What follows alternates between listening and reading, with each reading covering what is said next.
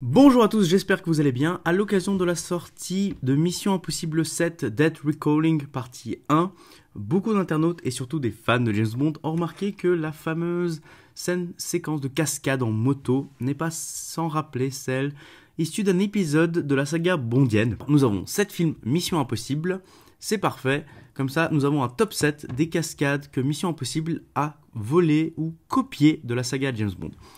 Pour chaque film Mission Impossible, je vais prendre une cascade iconique et je vais la comparer avec son alter ego issu de la saga bondienne.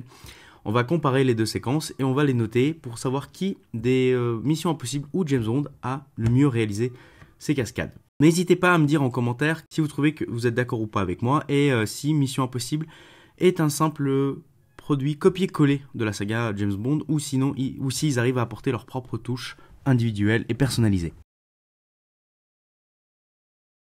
Le premier film Mission Impossible réalisé par Brian De Palma en 1996 et sa fameuse séquence finale de la course-poursuite sur le train, du combat sur les toits du train.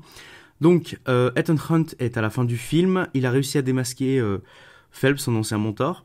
Ce dernier essaie de s'échapper du train, donc du TGV, l'Eurostar qui va traverser la Manche. Il est rejoint en hélicoptère par Jean Reno et Ethan Hunt va essayer d'empêcher ce dernier de s'échapper. Il va accrocher l'hélicoptère au train et va obliger l'hélicoptère de plonger dans le tunnel, créant une course-poursuite dans un espace clos. Cette séquence iconique n'est pas sans rappeler la célèbre course-poursuite sur les toits du train dans Octopussy, sorti 13 ans plus tôt avec un Roger Moore qui commence déjà à montrer quelques petits signes de fatigue et de vieillesse. Alors, dans cette séquence de train, on voit Roger Moore qui est en train d'essayer de s'enfuir des sbires du Sheikh Khan. Il est poursuivi par Grishka et Mishka. La séquence est intéressante, il y a des plans d'incrustation intéressants. Bien que on voit l'écran vert dans les Missions Impossibles, on voit que beaucoup de choses ont été faites en studio. Il faut l'avouer que on n'a pas l'impression que les deux scènes sont séparées de 13 ans, on a l'impression qu'il y a quasiment 20, 25 ans, 30 ans d'écart entre les deux scènes. Tellement le montage de Brian De Palma est dynamique, il y a le sentiment de vitesse, le sentiment de stress. Pour cette première séquence, je dois donner le point à Mission Impossible, qui à mes yeux réalise une bien meilleure séquence, plus mature, plus rapide, plus nerveuse, mais James Bond va revenir dans d'autres séquences, vous allez voir. Allez, on passe à Mission Impossible 2 avec cette célèbre scène d'ouverture de Ethan Hunt qui va escalader des parois rocheuses à main nue, sans corde, sans équipement, sans rien. Et qui était la célèbre séquence qui va ouvrir le film pour montrer un petit peu le style visuel de John Woo. Il se trouve que James Bond n'a pas beaucoup fait d'escalade, mais on va se souvenir tous de la célèbre grimpe d'escalade dans Rien que pour vos yeux, sorti en 1981, donc soit 20 ans avant Mission Impossible 2. Celle de James Bond de Rien que pour vos yeux, réalisée par John Glenn, est à mes yeux plus intéressante. Elle est moins visuelle, elle est moins un petit peu m'as-tu vu. Il n'y a pas ce saut dans le vide qui donne à la séquence un côté un petit peu surréaliste. Dans Rien que pour vos yeux, on reste plus terre à terre. On a un équipement de cordage, on a de la tension parce qu'un des sbires de Christados va essayer de tuer James Bond en décrochant ses mousquetons. On voit les capacités de James Bond à grimper, à s'adapter. Il va retirer ses lacets pour remonter la corde. Donc, on va accorder le point à Roger Moore, qui est lui aussi un petit peu vieillissant quand même. Il a plus de 50 piges. Mais la séquence d'escalade de Rien que pour vos yeux est à mes yeux beaucoup plus intéressante, plus réaliste, plus mature que le côté un petit peu too much de Mission Impossible 2. Mais bon, les années 2000 obligent avec les plans ralentis, les gros plans visuels et tout. On passe direct à Mission Impossible 3, réalisé par J.J. Abrams, sorti en 2006. Alors, pas de grande cascade visuelle, rien de transcendant dans ce film, sauf le célèbre saut de Ethan Hunt entre les deux immeubles. Donc, Ethan Hunt court sur le premier immeuble et fait un espèce de balancier pivot pour atterrir sur l'immeuble d'en face. C'est une scène intéressante, mais qui manque un petit peu d'envergure, manque un petit peu d'audace. Elle n'est pas sans rappeler la célèbre séquence de Demain ne meurt jamais, où James Bond et Wei Lin descendent l'immeuble pour s'enfuir des sbires de Elliot Carver, en s'accrochant au portrait et en descendant de l'immeuble, accrochés au portrait. Donc ils vont utiliser le portrait comme sorte de corde ralentie. On va accorder le point à James Bond sur ce coup-là. La séquence de James Bond est beaucoup plus intéressante visuellement, elle est beaucoup plus audacieuse, bien que réalisée en studio, bien qu'utilisant des maquettes et des trompe-l'œil.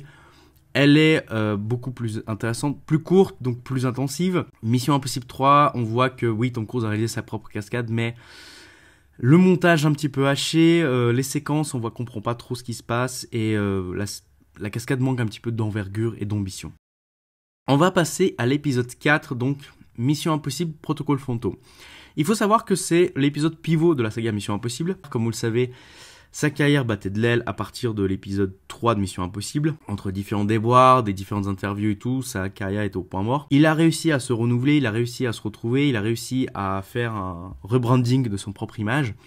Et il avait compris que les Missions Impossibles devaient se concentrer sur des cascades. Donc c'est pour ça qu'à partir de cet épisode-là, toutes les bandes annonces et tous les films Mission Impossible vont être vendus autour d'une seule cascade iconique qui sera un petit peu le point pivot du film. Et pour ce épisode, vous avez bien sûr la célèbre cascade du Burj Khalifa. Donc quand Tom Cruise va escalader le Burj Khalifa avec des gants qui sont avant tout qui vont attacher. Donc la séquence est incroyable, vous ne pouvez rien dire là-dessus. Elle est très bien filmée, très bien réalisée. Tom Cruise est monté sur le Burj Khalifa, donc il était suspendu dans le vide avec des câbles évidemment. Mais c'est très bien fait, vous avez de la tension parce qu'un des gants ne marche pas à un moment donné, donc il va devoir grimper tout seul avec ses talons de grimpeur. La séquence est iconique, on va donner tout de suite le point à la saga Mission Impossible. En face, James Bond peut pas faire grand chose. La seule séquence que j'ai trouvée qui ressemblait de près ou de loin à quelque chose qui se rapproche, c'est dans Les Diamants sont éternels, qui est pour moi le pire épisode de la saga, où vous avez un Sean Connery au bord de la retraite qui va essayer de s'introduire dans le bureau de Blofeld. Donc il va d'abord prendre un escalator. Ensuite, il va prendre un sort de pistolet mousqueton pour s'accrocher dans le vide à un immeuble. La séquence manque d'ambition, la séquence se passe de nuit, donc on voit pas grand chose. On voit que c'est fait en studio. Voilà, le point est facilement accordé. La seule chose où j'avais trouvé qui ressemble aussi un petit peu quelque chose, c'est lorsque, encore une fois, Sean Connery, On ne vit que deux fois, s'introduit dans le volcan de Blofeld. Si vous vous souvenez bien, il va utiliser des ventouses pour descendre la paroi du volcan, mais encore une fois, voilà, ça fait un petit peu cheap. Donc voilà, pour cette cascade du Burj Khalifa, il n'y a rien en face qui peut rivaliser. On va passer à l'épisode 5, l'épisode 5 que j'adore honnêtement, qui est pour moi un des meilleurs de la saga. Et vous avez cette scène d'ouverture où Ethan Hunt va courir sur l'aile du A400M, s'accrocher sur la paroi de l'avion, s'envoler et il va être accroché dans le vide à la paroi de l'avion, pendant que Benji va essayer d'ouvrir les portières de l'avion. C'était la cascade iconique, tout était réalisé par Tom Cruise encore une fois, il était accroché, il avait un tout petit fil pour le tenir à l'avion, mais il vole vraiment dans le vide, il est vraiment dans le vide, il est accroché sur le bord de l'avion. La séquence est iconique. Mais en face, les gens oublient très souvent, mais c'est pas la première fois que James Bond se bat sur les toits d'un avion. Nous avons tout d'abord la fin de Octopussy, encore lui, où vous avez James Bond qui va poursuivre Kamal Khan pour libérer Octopussy. Il va s'accrocher à l'avion, il va être accroché au toit de l'avion et il va, pendant le vol, essayer de désactiver les moteurs de l'avion pour faire atterrir ce dernier. Et ils vont même sauter de l'avion avant que ce dernier se crache. Donc cette séquence est iconique, bien que faite par des cascadeurs, même la séquence était faite pour de vrai. Il y avait vraiment un cascadeur qui était sur le bord de l'avion, les deux se battaient. On peut voir des fois dans des plans un petit peu larges qu'ils ont des parachutes sur leur veste, mais la séquence est ouf. Et il faut surtout pas oublier que dans Tu n'avais pas joué, Timothy Dalton se bat dans la soute de l'avion cargo.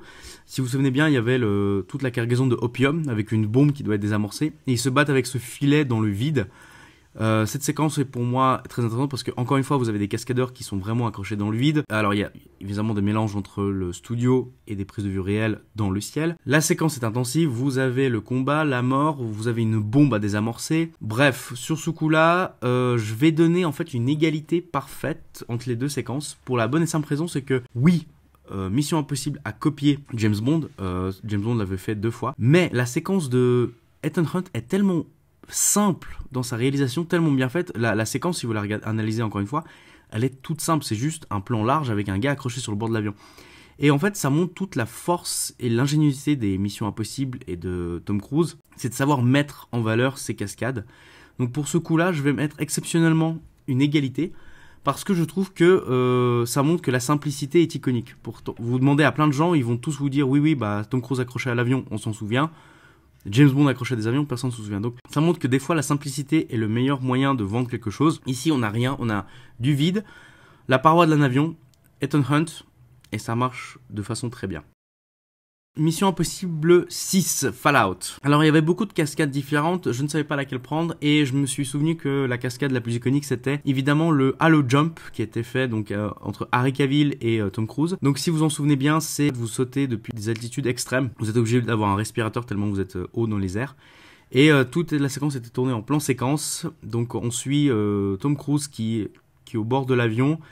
Il va parler à Henry Cavill, les caméras se retournent et en fait les deux sautent et vous avez toute la course-poursuite dans le ciel qui se passe avec Ethan Hunt qui va même sauver la vie de Henry Cavill pendant le saut. Pas grand chose de similaire chez James Bond, hormis dans Demain ne meurt jamais, après la course-poursuite en BMW dans les rues de Munich. Vous avez James Bond qui va essayer de retrouver l'épave du bateau qui a coulé au début du film.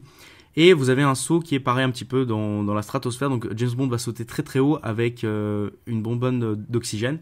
Et il va ouvrir son parachute au dernier moment, vraiment à 200 mètres de l'eau, pour ralentir, pour ne pas être repéré par les radars. On va donner le point à Tom Cruise, Ethan Hunt pour Mission Impossible Fallout. La séquence a demandé énormément de travail, elle est très bien réalisée, il y a ce plan séquence qui est juste incroyable. Les sauts en parachute en face de James Bond, bah oui il est impressionnant, oui il l'a fait avant, mais c'est fait avec plusieurs prises de vue, on voit pas trop on va dire la tension qui ressort de cette scène, bien qu'elle demande énormément de risques. Mais voilà, pour ce point-là, je donne le point à Ethan Hunt. On va passer enfin à Mission Impossible 7, Dead Reckoning. Alors en fait, il y a deux séquences, je vais en prendre une seulement, mais je vais en parler aussi de la deuxième. Vous avez ce fameux saut en moto qui a été présenté dans les bandes annonces, dans les featurettes, un peu partout, qui est vraiment le point culminant de la promotion de ce film. Donc, Ethan Hunt est en moto, il doit sauter à fond sur une falaise pour pouvoir un petit peu se dégager de la falaise, ouvrir son parachute pour atterrir sur un train sur lequel il veut essayer de monter. Tom Cruise s'est entraîné à faire de la moto, Tom Cruise s'est entraîné à faire du parachute, ils ont refait cette séquence pour de vrai, sans effet, sans trucage. Alors, c'est ce qu'ils disent dans la futurette, sans trucage, mais en fait déjà vous le voyez dès le début, Tom Cruise en fait roule sur une rampe en métal et en bois, et en fait par la suite avec les effets spéciaux ils ont ajouté comme si c'était de la montagne. Il saute et oui la séquence est impressionnante et tout, et en fait c'est un petit peu le début de ma vidéo si vous vous rappelez bien. Cette séquence n'est pas sans rappeler celle de la scène du pré-générique de GoldenEye, lorsque James Bond, Pierce Brosnan, après la mort de 006, essaye de s'échapper de la base, donc du barrage, et il roule en moto, il saute dans le vide avec la moto pour essayer de rattraper un avion qui est en train de tomber. Oui, la scène a été réalisée dans des studios. Certaines scènes sont faites pour de vrai parce que l'avion c'est une maquette qui saute et il y a vraiment un cascadeur qui saute en moto et tout dans le vide. Mais la scène est et honnêtement pour avoir vu le film Mission Impossible récemment, je dois l'avouer que oui la scène est impressionnante mais elle tombe un petit peu de nulle part car elle manque un petit peu d'intensité. Pourtant on l'a vu tout à l'heure que Tom Cruise est un spécialiste pour rendre des scènes d'action intensives, de leur donner du charisme, de la tension. Cette scène en moto arrive un petit peu nulle part. Nous avons un Ethan Hunt qui doit monter à bord du train. Le train va à fond et il est en moto. Il doit essayer de monter sur le train. Et on comprend pas trop pourquoi il essaie de faire tout ce saut et tout. En fait, il aurait juste pu aller vite en moto et sauter sur le train. Donc pour une fois, ils ont un petit peu mal vendu la scène à mes yeux. Là où la scène de GoldenEye est plus intensive. Elle a du stress. Oui, on sait que James Bond va pas mourir, mais même elle est hyper bien filmée. Il y a de la tension, il y a de l'action. En plus, donc il saute en moto sans parachute, il doit rattraper l'avion, donc il n'a pas le droit à l'erreur. Donc la scène est oufissime, donc on va évidemment donner le point à James Bond.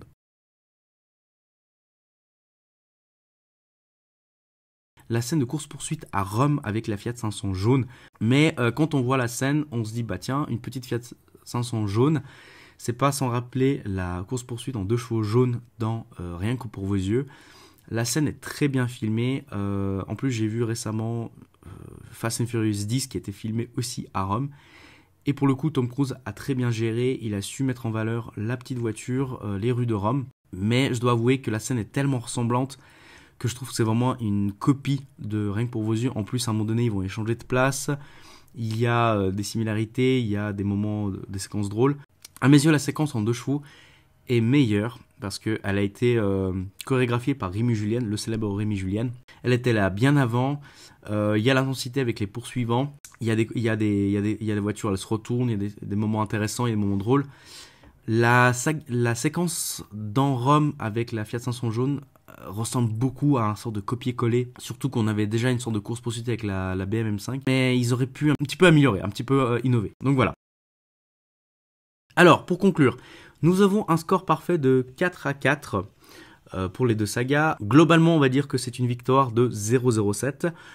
Oui, Mission Impossible s'est inspiré de James Bond. Il y a énormément de séquences d'action qui ont été inspirées par la saga. Alors, dites-moi en commentaire ce que vous en pensez. Personnellement, je ne pense pas que Tom Cruise essaye de copier-coller facilement, de plagier la saga James Bond. À mon avis, il essaie de s'inspirer, et comme on l'a vu dans plusieurs séquences, il essaie d'apporter sa propre touche. Donc oui, il va baser toute la communication sur le fait qu'il fait lui-même ses cascades, que tout est réalisé sans trucage numérique, c'est fait en vrai, que cette séquence, ça demande énormément de travail. Clairement, depuis quelques années, on voit que la saga Mission Impossible prend le pas sur James Bond. Ils ont fait, Mission Impossible en a fait sa marque de fabrique avec ses cascades, ses courses-poursuites. Vraiment, on a des films d'action, d'espionnage un petit peu à l'ancienne. Là où la saga James Bond a clairement pris le parti de un petit peu travailler plus ses personnages. Si on va dire ça, on va rester poli. Hein.